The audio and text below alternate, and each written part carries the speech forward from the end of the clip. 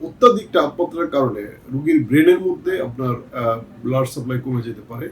সেক্ষেত্রে রোগীটা মাথার ডিজিনেস, মাথা ঘুরানো এবং শরীর দাঁড়ায় থাকতে পারবে না।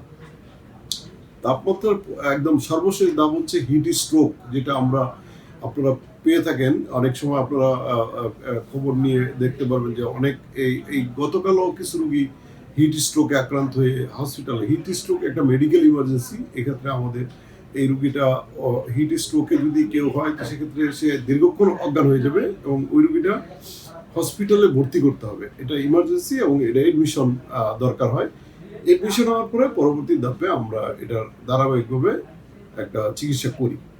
তো আমি সাধারণ মানুষকে বলবো যে আপনারা এই গরমের মধ্যে কোনো প্রয়োজন ছাড়া বাইরে বের হবেন না।